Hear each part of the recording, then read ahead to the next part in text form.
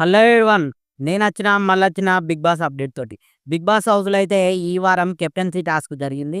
ఈ టాస్క్‌లో మొత్తం 2 రౌండ్‌లుండే. ఫస్ట్ రౌండ్‌ల టైమ్ టాస్క్ జరిగింది.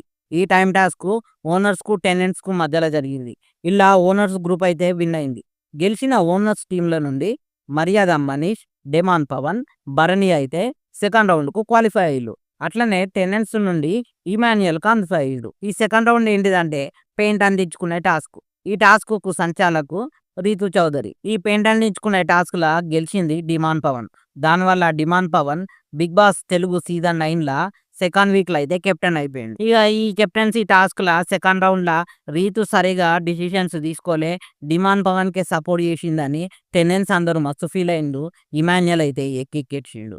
ఇక తర్వాత టెనెంట్స్ నుండి ఈ వారం ఎవలన్నా ఒకళ్ళు ఓనర్ గానికి 'బిగ్ బాస్' అయితే మళ్ళొక టాస్క్ పెట్టిండు. ఇక ఈ టాస్క్‌ల ఆల్రెడీ కెప్టెన్సీ టాస్క్‌ల రీతు సరిగా జడ్జి చేయలేదని పగతోనున్న టెనెంట్స్ రీతు చౌదరినే టార్గెట్ చేసిల్లు. దానివల్ల రీతు చౌదరి అయితే ఓడిపోయింది. అల్టిమేట్‌గా అటు ఇటు గొడవలై అందరూ గుంజుకొని, లాక్కొని రాము రాథోడ్ అయితే ఈ టాస్క్ గెలిచి ఈ వారం ఓనర్ అయిపోయిండనమాట.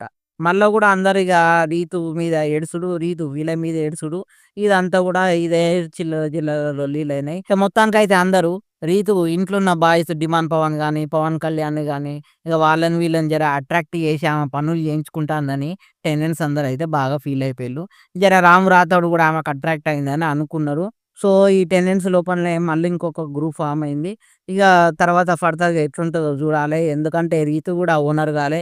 ఈ వీక్ గూడా ఆమె టెనెంట్‌గానే ఉన్నది. సో, ఈ వీక్ ఇంట్రెస్టింగ్ ఉండబోతాంది. వీళ్ళ మధ్య జర చిన్న సైజు వారైతే జరుగుతది.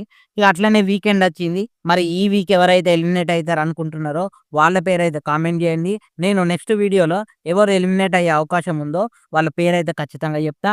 అట్లనే మీరు ఈ వీడియోని 'బిగ్ బాస్' చూసే మీ ఫ్రెండ్స్‌కు, చుట్టాలకు, మీకు తెలిసినోళ్ళందరికీ ఖచ్చితంగా షేర్ చేయండి. ఈ వీడియో నచ్చినట్టయితే లైక్ చేయండి. నా ఛానల్‌ని తప్పకుండా సబ్స్క్రైబ్ చేయండి.